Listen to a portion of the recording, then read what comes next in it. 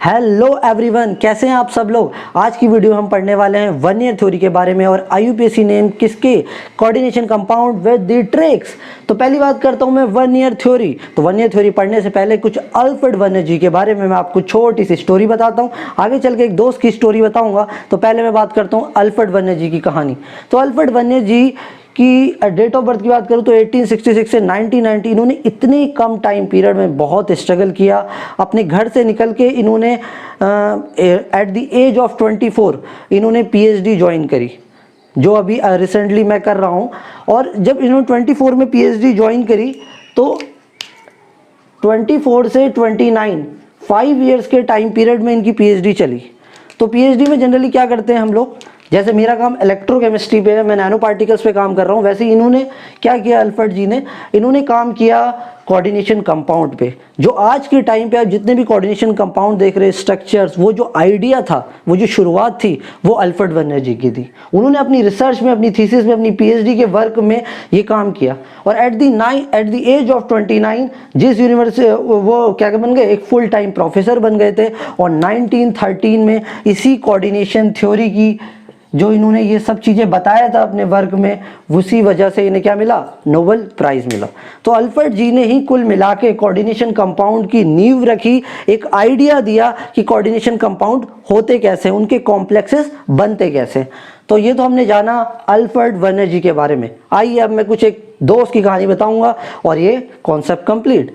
तो देखिए उन्होंने अपनी उसमें रिसर्च में क्या किया, उन्होंने ऐसे डिफरेंट कॉम्प्लेक्स के, जैसे कोबाल्ट और क्लोरीन का और ये अमीन का उन्होंने कॉम्प्लेक्स बनाए, एक सीरीज टाइप में बनाई, अलग अलग, कभी 6 ले लिया, कभी 5 मोल्स ले लिया। तो उन्होंने क्या देखा, आगे चल के ये देखा, जब आप उन्होंने सिल्वर नाइट्रेट AgNO3 उसमें डाला तो क्या हुआ, कुछ मोल्स ACl के निकल रहे थे, सिल्वर क्लोराइड के निकल रहे थे। जब वाले कॉम्प्लेक्स में करा 3 आए, जब इसमें किया 2 आए, इसमें किया 1 आए, और इसमें करा तो कुछ भी नहीं आए। किसके, मोल्स ऑफ सिल्वर क्लोराइड। तो फिर अल्फ्रेड जी ने बोला कि ऐसा क्यों हुआ। जब रिसर्च कर रहे हैं तो वो तो एजम्पशन से करे जा रहे हैं, तो वो आगे चल के कंक्लूड किया उन्होंने रिजल्ट कि ऐसा क्यों हुआ होगा। तो इस सारी चीज़ें एक्सपेरिमेंटल वर्क करने के बाद उन्होंने कुछ पॉस्टुलेट्स दिए, सही है। और उन्होंने पहले पॉस्टुलेट में ये बोला कि हर मेटल आयन की 2 वैलेंसी होंगी, एक का नाम प्राइमरी वैलेंसी और एक सेकेंडरी वैलेंसी। इसकी मैंने कुछ बात आपको पिछली वीडियो में भी डिटेल में पढ़ाई थी, सही है। अब मैं बात करता हूँ प्राइमरी वैलेंसी क्या होती है। प्राइमरी वैलेंसी जनरली मैंने इनके मेन फीचर्स लिखे हैं जिससे आपको आसानी होगी। प्राइमरी वैलेंसी की बात करूँ, वो आयनाइजेबल होती है, सही है। आयंस में टूट जाती हैं, जैसे ही उन्हें पानी में आप क्या कहते हैं, पानी में डालोगे तो क्या हो जाएगा, वो अपने आयंस में ब्रेक कर जाएगी। अभी मैं फिगर से आपको सारी चीज़ें एक्सप्लेन करूँगा। इनको सेटिस्फाई करते हैं एनायंस। और ये किस चीज़ पे डिपेंड करती हैं, ये डिपेंड करती हैं oxidation state of central metal ion. किस चीज़ पे डिपेंड करती हैं, सेंट्रल मेटल आयन के ऑक्सीडेशन स्टेट पे। अभी फिगर से आपको और चीज़ें क्लियर हो जाएंगी। अगली प्रॉपर्टी इसकी एक और है, कोई इनका डायरेक्शन नहीं होता, इसीलिए आप इनको ऐसे डॉटेड लाइन से भी फिगर में रिप्रेजेंट करते हैं। किसको, प्राइमरी वैलेंसी को। दूसरी बात हम बात करते हैं सेकेंडरी वैलेंसी। ये सब क्या है, पॉस्टुलेट्स हैं। किसने दिए, अल्फ्रेड वनरजी ने। इन्होंने जो जो अपना वर्क किया, कुछ ऐसी बातें कही और आगे चल के कुछ निकल के आए इनके मोल्स AgCl के। सेकेंडरी वैलेंसी में इन्होंने बोला कि भैया वो जो होती है वो नॉन आयनाइजेबल है। ये आयनाइजेबल थी, ये इसकी उल्टी हो गई। ये सेटिस्फाई एनायंस ये भी करती है, पर यहाँ पे न्यूट्रल्स भी आ गए। वो ये और ये किस चीज़ पे डिपेंड करती है, साइज पे डिपेंड करती है, charge central metal atom ion के डिपेंड करती है। और जनरली मैंने आपको बताया था पहले भी कि जो कोऑर्डिनेशन नंबर होता है मेरा, कोऑर्डिनेशन एंटिटी या कोऑर्डिनेशन स्फीयर का, उसी को ही हम क्या बोलते हैं, सेकेंडरी वैलेंसी बोलते हैं। अगली बात है ये डायरेक्शनल है, मतलब अगर फिगर में अभी मैं रिप्रेजेंट करूंगा तो इस लाइन से डायरेक्शनल, सही है। और ज्योमेट्री, कोई भी कॉम्प्लेक्स की अगर आपको ज्योमेट्री पता करनी है तो वहां पे कौन मदद करता है, आपकी सेकेंडरी वैलेंसी करता है। अब मैं आपको फिगर से बताता हूं तो और चीजें आपको क्लियर हो जाएगी। तो देखिए क्या हुआ, 2 दोस्त हैं। वो दोस्त क्या था, एक कोबाल्ट है, सही है, और उसके साथ एक अमोनिया है। तो मैं ये कुछ कह सकता हूँ, ये जो आप ये पहला वाला कॉम्प्लेक्स देख रहे हैं COCl3 6NH3 ये वाला, तो इसको आप इस फॉर्म में भी लिख सकते हैं, सही है। ये दिख रहा है CONH3 का 6Cl3, मैं इसको यहाँ पे अच्छे से लिख देता हूँ, CONH3 का 6, ये पहला कॉम्प्लेक्स आया, सही है। तो तो कोबाल्ट जब अमीन के साथ मिला, एक कॉम्प्लेक्स बनाया, उसने कहा भाई मैं तेरे साथ हमेशा रहूंगा, लास्ट टाइम तक रहूंगा। तो उसने कहा कि कोबाल्ट ने सोचा यार कह तो दिया है, अब देखते हैं। जैसे ही कोबाल्ट इस कॉम्प्लेक्स में वाटर पानी को ऐड किया तो क्या हुआ, ये मज़ेदार बात है कि अमीन ने जो वादा किया था कि मैं तेरे साथ रहूंगा, वो वैसे ही कोबाल्ट के साथ रहा, उसने अपने आप को प्रूफ कर दिया। पर क्लोरीन भाई साहब क्या थे, पहली बात तो वो थे ही इससे किससे बाहर, एक कोऑर्डिनेशन स्पेयर से बाहर थे, और उन्हें वैसे ही बाहर कर दिया। सही है, तो वो अपने जैसे ही इसमें पानी डाला वो आयंस में क्या हो गए, वो आयंस में टूट गए, तो क्या बना, इनको मैंने बोला कि ऐसे लाइन से हम रिप्रेजेंट करेंगे। सही है, तो क्लोरीन हो गया, अभी कहीं पे भी जा सकते हैं, ऐसा कुछ नहीं है। सही है, ये इसके पास नहीं होगा, थोड़ा यहाँ बीच में होगा, तो ये क्या हो गया, क्लोरीन जी यहाँ पे आ गए। तो हमने इस फिगर से ये देखा कि जो कोबाल्ट था वो तो जो उसके साथ अमीन अटैच था, जो वादा किया था उस फ्रेंड ने, कोबाल्ट और अमीन की जब फ्रेंडशिप हुई थी तो उन्होंने आखिरी तक वो चीज़ को उसने प्रूफ करा, पर क्लोरीन अपने आयंस में टूट गया। तो आप इससे बताना क्या चाहते हैं, इससे मैं ये कहना चाहता हूँ जब कोबाल्ट अमीन के साथ था तो that is known as a secondary valency, और जो चीज़ टूट गई, आयनाइज हो गई, वही मेरी प्राइमरी वैलेंसी है। सेकेंडरी वैलेंसी क्या है, जो आयनाइज नहीं होगी पानी उसमें अपलोड करने पे। तो अब ये देखिए कोबाल्ट और अमीन में इसकी अगर मैं सेकेंडरी वैलेंसी की बात करूं तो मैं बोलूंगा 6, और इसमें बात करूंगा प्राइमरी वैलेंसी 3। सही है, तो अब ये भी देख सकते हैं कि ये क्या है, कोऑर्डिनेशन नंबर भी रिप्रेजेंट करता है। सही हो गया। अब क्वेश्चन ये उठा कि भाई यहाँ पे सिल्वर क्लोराइड के साथ जब AgNO3 डाला तो वहाँ पे 3AgCl क्यों आए होंगे ना, तो मैं आपको वो चीज़ बताता हूँ। अभी देखो ये 3 क्लोरीन तो भैया आयनाइज हो गए, पानी में वो पड़े हुए, तो जैसे ही आपने AgNO3 डाला, 3 क्लोरीन डाले थे, तो वहाँ से 3 सिल्वर के आयंस इंतजार कर रहे थे कि कोई नेगेटिव आयन आएगा और उसको वो ले जाएंगे, और क्या बना दिए 3AgCl। अगर इस कॉम्प्लेक्स में आप 3AgNO3 डालते हैं तो आपको क्या मिलेगा, ये 3Ag, और 3 क्लोरीन तो वैसे ही आयंस में थे, तो ये बन जाएगा 3AgCl। इसलिए इसी कॉम्प्लेक्स में AgNO3 डालने पे आपको कितने मोल्स के AgCl मिलते हैं, 3 मिलते हैं। सही हो गई बात। अब दूसरा कॉम्प्लेक्स मैं आपको बना के दिखाता हूँ कि जिसमें कह रहा है कोबाल्ट क्लोराइड, तो इस कॉम्प्लेक्स को आप ऐसे भी लिख सकते हैं, कोबाल्ट NH3 का 5 और एक क्लोरीन अंदर आ गया, और क्या है, और एक है क्लोरीन 2, ये कॉम्प्लेक्स सेम यही है। सही है, तो इसमें क्या हुआ कि एक क्लोरीन भाई साहब अंदर आ गए, मतलब उन्होंने शरण ले ली इस कॉम्प्लेक्स की। तो क्या हुआ, तो कोबाल्ट निकिल 1 2 3 4 और 5, तो 5 तो आपको अमीन आ गए आपके, NH3। अब जब क्लोरीन भाई साहब ने इनकी शरण ली है, इनके साथ इन्होंने हाथ मिलाया है, तो ये अपने जो ये फ्रेंड्स काम कर रहे थे अभी तक, क्या पानी आ भी जाए पर वो अपने आप में आयंस में ब्रेक नहीं कर रहे थे।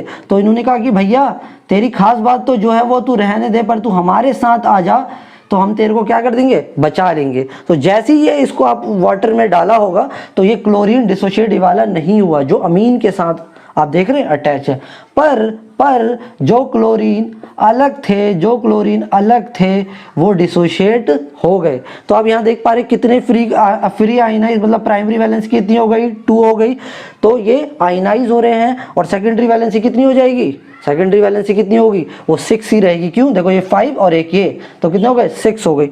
तो क्या हुआ, अब इस वाले में 2 क्यों आया, 2 इसलिए आया क्योंकि 2 क्लोरीन ये थे, वहां सिल्वर नाइट्राइट के 2 मोल्स डाले होंगे, तो क्या होगा, 2 सिल्वर्स इंतजार कर रहे थे उस सॉल्यूशन में कि कोई क्लोराइड नेगेटिव आएगा और उसको लेके जाएंगे और क्या बना देंगे, 2 मोल्स ऑफ AgCl बना देंगे। सही है, ऐसे ही हम आगे चल के अगर मैं बात करूं CO4NH3 की, अब आपको कहानी तो समझ आने लगी होगी कि कोबाल्ट और अमीन की कितनी अच्छी दोस्ती, और उन्होंने आखिर तक उस चीज़ को प्रूव कर दिया। तो अब ये देखिए इस वाली कहानी में देखिए आगे तो अब समझ आई गया आपको। मैं इसका यहाँ पे लिख देता हूँ स्ट्रक्चर, अगर आप ये होगा तो क्या होगा, कोबाल्ट अमीन कितने हैं यहाँ पे, 4 अमीन्स हैं, और क्लोरीन कितने आ जाएंगे, 2, एक क्लोरीन भाई साहब बाहर है, तो ये स्ट्रक्चर यही हो गया।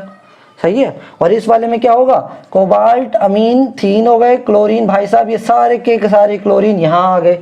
सही है, तो अब इसका स्ट्रक्चर तो आराम से बन जाएगा, जैसे ये बनाया मैंने वैसे आके ये स्ट्रक्चर्स बन जाएंगे।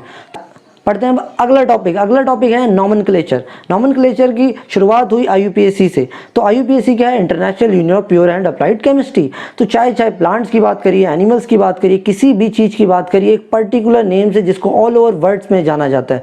इसकी संस्था का काम क्या है कि एक कॉमन नेम देना। फॉर एग्जाम्पल आजकल क्या चल रहा है, गर्मियों का सीजन चल रहा है, तो भैया आजकल आप आम खा रहे होंगे, तो आम भैया बहुत तरह के आते हैं, दशहरी आम, बम्बई आम, लंगड़ा आम, बहुत वेराइटीज़ हैं यहाँ पे। तो अगर यही सेम चीज़ को अगर आप कोई आउट ऑफ कंट्री में जाके बोलेंगे आप मुझे ये वाला आम दे दीजिए, दशहरी आम दे दीजिए, ये दे दीजिए, तो एक बार को उसे समझ नहीं आएगा, वो कहेगा कि क्या बोल रहा है ये। पर अगर आप वहाँ जाके बोलेंगे मैग्नीफेरा इंडिका दे दीजिए, तो समझ जाएगा आप वो मैंगो की बात कर रहा है। तो वो एक कॉमन नेम बनाया। तो वैसी इसी तरह से जो अल्फ्रेड जी ने जो एक आइडिया दिया था कॉम्प्लेक्स कंपाउंड के बारे में, तो वही सारी बातों को कि जो कॉम्प्लेक्स को हम यहाँ पे पढ़ रहे हैं वो हर जगह सेम वही चीज़ हो। सही है, तो अब हम पढ़ते हैं IUPAC नेमिंग।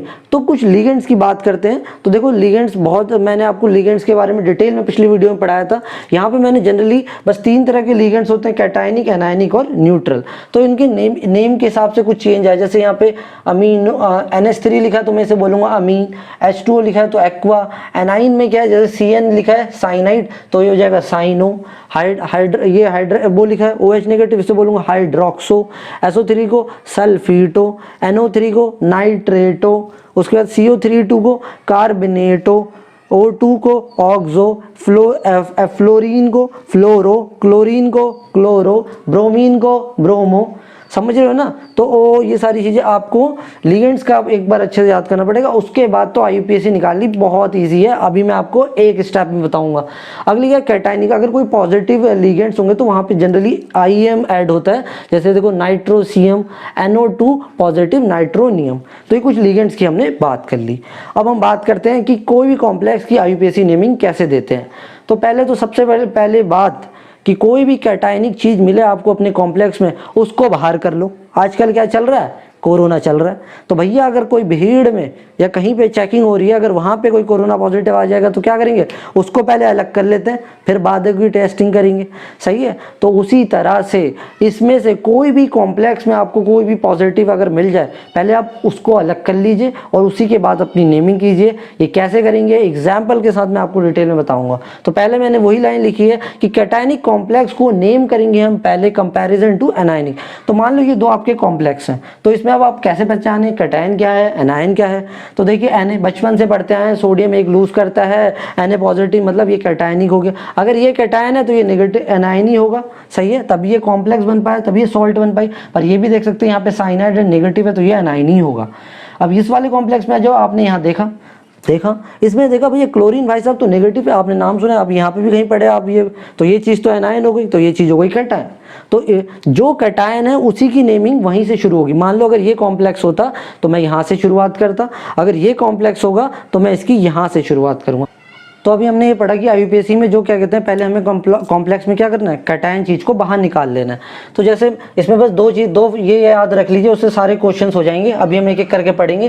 पहली बात ये है कि अगर मेरा ये देखो ये मेरा कॉम्प्लेक्स है, सही है, तो इस कॉम्प्लेक्स में आपने देखा कि क्लोरीन आपको जनरली पता है नेगेटिव होता है। सही हो गई बात, ये हो गया नेगेटिव, मतलब ये चीज़ हो गई एनायन। ये वाली चीज़ जो बची है वो क्या हो जाएगी, कैटायन। और वैसे क्यों हुई होगी कैटायन, आप ये भी देख सकते हो। देखो ये जो अमीन है, अभी हमने पढ़ा था, ये क्या होता है, न्यूट्रल लिगेंड्स होते हैं। न्यूट्रल लिगेंड्स होते हैं तो ये तो 0 होगा, ये इसमें क्या चार्ज आएगा, प्लस, क्योंकि पूरे कॉम्प्लेक्स का जो चार्ज होना चाहिए वो बैलेंस होना चाहिए, न्यूट्रलाइज होना चाहिए। सही है, तो हमने पूरे कॉम्प्लेक्स में देखा है भैया ये एनायन है, ये कैटायन है। और मैंने हमें क्या बताया था, कोई भी कॉम्प्लेक्स में सबसे पहले आपको कैटायन को लिखना है। तो अगर ऐसी कंडीशन आ जाए तो हमें क्या, पहले हम स्टार्ट करेंगे ये वाले फॉर्मूले के हिसाब से। पहले हमने लिगेंड देखे, लिगेंड कितने हैं, 6, तो मैंने लिख दिया हेक्सा। उसके बाद इसको क्या बोलते हैं लिगेंड में, यहाँ पे अमीन। उसके बाद हम लिखेंगे मेटल, जो सेंट्रल मेटल है वो मेरा कोबाल्ट है। उसकी ऑक्सीडेशन नंबर वो कैसे निकाला होगा, देखिए क्लोरीन का आपको पता है -1 होता है, ये -3 हो गया। अमीन का आपको पता है 0 होता है, तो ये कोबाल्ट का कितना हो जाएगा +3, क्योंकि पूरा चार्ज न्यूट्रलाइज होना चाहिए तभी वो कॉम्प्लेक्स स्टेबल माना जाएगा। तो ये 3 हो गया, और जो बाहर है तो इसको हम क्लोराइड ही लिखेंगे, उससे कोई मतलब नहीं, वो 3 क्लोरीन है 4 क्लोरीन है, बस हम उसमें क्लोराइड लिखेंगे। तो ये इसका क्या हो गया, IUPAC नेमिंग हो गई इस कॉम्प्लेक्स की। तो आपको बात समझ आई। दूसरा मैं केस आपको बताता हूँ कि अगर ऐसा कोई कॉम्प्लेक्स दे रखा है, तो इसमें आप देखिए हर कोई भी कॉम्प्लेक्स में सबसे पहले आपको यही देखना है कैटायन कौन सा है और एनायन कौन सा है। तो इसमें देखिए K पॉजिटिव आपको पता ही, ये पॉजिटिव में होता है, तो ये चीज़ हो जाएगी कैटायन, और ये चीज़ अंदर वाली चीज़ ये पूरा कॉम्प्लेक्स हो जाएगा एनायन। ऐसा क्यों, क्योंकि देखिए साइनाइड नेगेटिव होता है, तो ये आगे चल के ये यहाँ पे कुछ पॉजिटिव चार्ज आएगा, ये कैटायन हो गया। सही है। तो अब इसके लिए कौन सा फॉर्मूला यूज़ करेंगे, cation plus ligand plus metal, उस मेटल के साथ 8 शब्द जोड़ेंगे और लास्ट में उसका ऑक्सीडेशन नंबर। तो जितने भी कॉम्प्लेक्सेस आपको सिर्फ यही देखना है उसमें कैटायन और एनायन क्या है। तो अब मैं बात करूं इसमें हम इसकी नेमिंग कैसे करेंगे। पहला आएगा पोटेशियम, फिर क्या हो जाएगा हेक्सा, कितने हैं 6 हैं, फिर आ जाएगा साइनो, फिर क्या कह रहा है मेटल लीजिए। तो मेटल मेरा क्या है, सेंटर मेटल आयरन है, उसको मैंने फेर लिखा, फेरम होता है, उसमें बस 8 जोड़ दिया फेरेट, और फिर ऑक्सीडेशन नंबर लिख दिया 2। वो कैसे आया 2, ये देखिए पोटेशियम का कितना होता है 1, तो हो गया +4, साइनाइड कितना होता है 1, तो -6, तो आयरन पे कितना बचा होगा +2, क्योंकि पूरा चार्ज बैलेंस हो गया, हमें कितना आना चाहिए 0 आना चाहिए। तो सही है। अब अगला कॉम्प्लेक्स हम देखते हैं। इस कॉम्प्लेक्स में हमें फिर वही देखना है कैटायन क्या है और एनायन क्या है। तो भैया देखो ये वाली चीज़ जो क्लोरीन है वो तो आपको पता है क्या है, एनायन है। तो ये जो बची हुई चीज़ हो जाएगी वो क्या हो जाएगी, कैटायन हो जाएगी। जब इस तरह की कंडीशन फॉलो आए तो हम ये वाले फॉर्मूले करेंगे। तो जनरली अगर मैं आपको बेसिक बात बताऊं तो जिस चीज़ में जो काउंटर आयन है, जो ये बाहर चीज़ आ रही है ना, तो वो इस तरफ जो चीज़ आ रही है, आपके जो आयन्स आ रहे हैं काउंटर आयन, तो आप ये वाला यूज़ करना। जो पहली चीज़ आ रही है, पहली जनरली आप देखेंगे उसमें ये वाला फॉर्मूला यूज़ करना, इससे आपकी सारी चीज़ें आपका IUPAC नेमिंग करेक्ट आ जाएंगे। तो जैसे हम और अभी एग्जांपल करेंगे और क्लियर हो जाएगा आपको। तो ये वाले देखो ये कैटायन हो गया आपका, फिर हम यही सिस्टम पे गए। पहले हमने देखा क्या कह रहा है लिगेंड, अब इसमें देखो लिगेंड तो यहाँ पे 2 हो गए। अब समस्या ये उठी भैया हम कौन से लिगेंड को ले। अब इसमें देखो अमीन है, एक क्या है अमीन है और एक है हमारा क्या कार्बेनेटो। तो जो भी लिगेंड्स की आप अरेंजमेंट करोगे according to the alphabetic order, तो पहले A आया होगा, फिर क्या हो गया C आया। तो मैंने यहाँ पे लिखा पेंटा अमीन, कितने हैं 5 हैं, तो इसलिए लिखा पेंटा अमीन, फिर क्या है कार्बेनेटो, फिर क्या कह रहा है मेटल लीजिए, सही है हमने मेटल लिख दिया कोबाल्ट। फिर कह रहा है कि उसकी ऑक्सीडेशन नंबर लिखिए। ऑक्सीडेशन नंबर के कैसे निकालेंगे, वही सेम प्रोसीजर। क्लोरीन पे कितना होता है -1, अमीन हम पढ़ के आए न्यूट्रल लिगेंड्स हैं 0, कार्बोनेटो का कितना होता है -2, इसका कितना हो जाएगा +3। तो जो लिगेंड्स वाला चार्ट मैंने आपको अभी इससे पहले बनाया था वो एक बार अब अच्छे से करना, उसके भी कुछ और भी होंगे। तो लिगेंड्स अगर आपको पता चल गया उसमें चार्जेस कितने और ये 2 फॉर्मूले सही से आ गए तो आपका क्लियर हो जाएगा। सही है। अगली चीज़ की अगर मैं बात करूँ, आप ये देखिए पोटेशियम 3 क्रोमियम ये चीज़ लिखी है। तो आप फिर इसमें देखिए कि आपका कैटायन क्या है और एनायन क्या है। तो ये वाली चीज़ देखिए ये क्या है K पॉजिटिव है तो भैया कैटायन होगा। ये चीज़ लिखी है तो ये क्या हो गई एनायन होगी। तो फिर हमने क्या करा, कौन सा फॉर्मूला आएगा। अब ये मत सोचना इसके नीचे लिखा तो यही, तभी मैंने ये यहाँ पे लिखा है। सही है। तो ये यही वाली कॉन्सेप्ट की बात कर रहा है जो हमने ये वाले फॉर्मूले की। तो उसमें देखो कैटायन है सबसे पहले, तो हमारा जगह पोटेशियम, फिर उसके बाद इसमें कितने हैं, देखो जो भी चीज़ काउंटर आयन होती है चाहे इधर आए चाहे इस तरफ आए, सही है। तो आपके उसके नंबर से न्यूमेरिकल से आपको मैटर नहीं है, बस आपको उसका नाम लिख देना है, जैसे K मतलब पोटेशियम। अब उसके बाद क्या कह रहा है, लिगेंड की बात कर रहा है। लिगेंड कौन सा है, यहाँ पे है ऑक्सीलेटो, कितने हैं 3 है तो ट्राई ऑक्सीलेटो। फिर क्या कह रहा है मेटल लिखिए, सही हमने मेटल आ गए क्रोम। अब कह रहा है उसमें 8 भी लगा दीजिए, 8 भी लगा दिया जी। अब कह रहा है उसके बाद ऑक्सीडेशन नंबर लिख दीजिए। ऑक्सीडेशन स्टेट कैसे निकाली होगी, पोटेशियम का हमें पता है +3 और ये कार्बोनेट होता है 2 देता है तो ये हो जाएगा -6, क्योंकि 2 देता है तो 3 है तो 3 2 कितना होता है 6 हो गया। तो ये कितने हो गए +3 हो गया। सही है। तो आइए और एग्जांपल्स पढ़ते हैं हम। अगला एग्जांपल देखो मरकरी COHCN4, हमें कॉम्प्लेक्स आया। अब इस कॉम्प्लेक्स में कहा फिर वही नेमिंग करनी है, तो मुझे फिर वही देखना है क्या कैटायन और एनायन। इसमें कैटायन कौन सा होगा, जो चीज़ इधर है वो कैटायन दिख रही है आपको Hg मरकरी वाली, और ये वाली चीज़ क्या हो गई एनायन हो गई। सही है। तो जो पहली चीज़ है उसमें हमने ये लिखा मरकरी, फिर उसके बाद क्या हो गया टेट्रा के पे हम लिगेंड्स पे बात कर रहे हैं, तो लिगेंड क्या है हमारा यहाँ पे साइनेटो है। तो कितने हैं ये 4 हैं, तो टेट्रा थायोसाइनेटो। फिर क्या कह रहा है मेटल लिखिए, सही है हमने मेटल भी लिख दिया, क्या है कोबाल्ट। फिर कह रहा है 8 लगा दीजिए, हमने 8 भी लगा दिया। फिर कह रहा है ऑक्सीडेशन नंबर लिखिए, हमने ऑक्सीडेशन नंबर लिख दिया। ये कैसे निकाला होगा, देखो साइनाइड में कितने होते हैं -4 होते हैं, मरकरी में आया होगा 1, तो ये कितने बचे +3 आ गया, सही है। अगला फिर एक कॉम्प्लेक्स में बढ़ते हैं, K2ZnOH का 4। फिर इस कॉम्प्लेक्स में हमने यही बात देखी कैटायन और एनायन। हमें पता है K2 पॉजिटिव क्या है, कैटायन है, तो कैटायन है तो हमने इसको भैया ऐसे ही रहने दिया और ये चीज़ हो गई एनायन। तो जो पहली चीज़ कैटायन, तो वो ये वाला फॉर्मूला फॉलो कर रहा है, तो इसमें क्या ही आएगी पोटेशियम। पहले हमने कैटायन जो है वो लिख दिया। फिर उसके बाद कह रहा है लिगेंड लिखिए, तो लिगेंड यहाँ पे क्या है हाइड्रोक्सो, कितने हैं टेट्रा मतलब 4 हैं। उसके बाद कह रहा है मेटल लिखिए, तो वो मेटल हमारे यहाँ पे जिंक है, और जिंक में मेटल के साथ हमें 8 को लगाना है, तो 8 का हो जाएगा जिंक 8। और उसके बाद ऑक्सीडेशन नंबर ये कैसे आई होगी, तो ये देखिए हाइड्रोक्सो में अभी हमने पढ़ा था -1 होता है, तो -4 हो गया। हाँ पोटेशियम हमें पता है 1 देता है, तो +2 हो गया, और जिंक कितना हो जाएगा +2। इसलिए जो ऑक्सीडेशन नंबर यहाँ पे आप देख रहे हैं वो है हमारी 2। तो ये तो हमने कोई भी कॉम्प्लेक्स आपको अगर दिया होगा वहाँ पे आपको ये देखना है कि कैटायन कौन सा है, एनायन कौन सा है, और उसके बाद ये 2 फॉर्मूले से आपसे निकल जाएंगे सारी चीज़ें। पर कभी कभी ऐसा भी हो सकता है कि 2 कॉम्प्लेक्स दे रखे हैं, तो यहाँ पे कैसे हम निकाले भाई, तो यहाँ पे भी हमने वही चीज़ वही ट्रिक अपनानी है, कैटायन कौन है और एनायन कौन है। तो ये देखिए साइनाइड वाली चीज़ आपको क्या पता है नेगेटिव होती है, नेगेटिव होती है तो ये क्या हो जाएगा नेगेटिव होती है, तो ये चीज़ पूरी हो जाएगी एनायन। और ये चीज़ है अमोनिया, अमीन, अमीन जो होता है न्यूट्रल लिगेंड होता है, तो ये चीज़ हो जाएगी कैटायन। तो कैटायन का नाम हमें कैसे लिखते हैं, इस तरह से लिखेंगे, और एनायन का नाम कैसे लिखेंगे, इस तरीके से लिखेंगे। तो कैटायन में आए डाई अमीन, पहले क्या कह रहा है लिगेंड्स को लिखिए डाई अमीन, फिर क्या कह रहा है मेटल को लिखिए सिल्वर, फिर क्या कह रहा है ऑक्सीडेशन स्टेट लिखिए, तो अमीन, ये समझ आ गया, तो ये हो जाएगी 1। ऐसी अगर मैं बात करूं इधर वाले में, तो ये देखो ये एनायन की बात कर रहा है, तो ये क्या कर रहा है पहले लिखिए, जो इसमें तो कुछ है ही नहीं, तो डाई साइनो और अर्जेंटेट, अर्जेंटेट क्योंकि यहाँ पे 8 लगाना है क्योंकि एनायन है, और ऑक्सीडेशन नंबर इसकी आ गई 1 आ गई, क्योंकि देखो साइनाइड में -2 है तो +1 और +1 इधर बैलेंस, और अमीन के न्यूट्रल लिगेंड होने की वजह से 0 होता है। तो मैं आयुपेसी नेमिंग ऑफ नोमेनक्लेचर में आपको सिर्फ यही फोकस करना है। आपके कॉम्प्लेक्स में पहले आप देखिए कैटायन कौन सा है, एनायन कौन सा है। अगर और एक ट्रिक आप ये भी देख सकते हैं, उस कॉम्प्लेक्स में अगर इस तरफ कोई काउंटर आयन आ रहे हैं, इस कोऑर्डिनेशन स्पेस के इस तरफ चीज़ें आ रही हैं, तो ये वाला फॉर्मूले से आ जाएगा। अगर कोऑर्डिनेशन कॉम्प्लेक्स के इस तरफ चीज़ें आ रही हैं तो इस वाले फॉर्मूले, बस ये चीज़ को आपको याद रखना है, तो आपके आयुपेसी नेमिंग ऑफ कोऑर्डिनेशन कॉम्प्लेक्स के सारे अच्छे से आ जाएंगे। तो मैं होप सो आपको ये वीडियो पसंद आई होगी।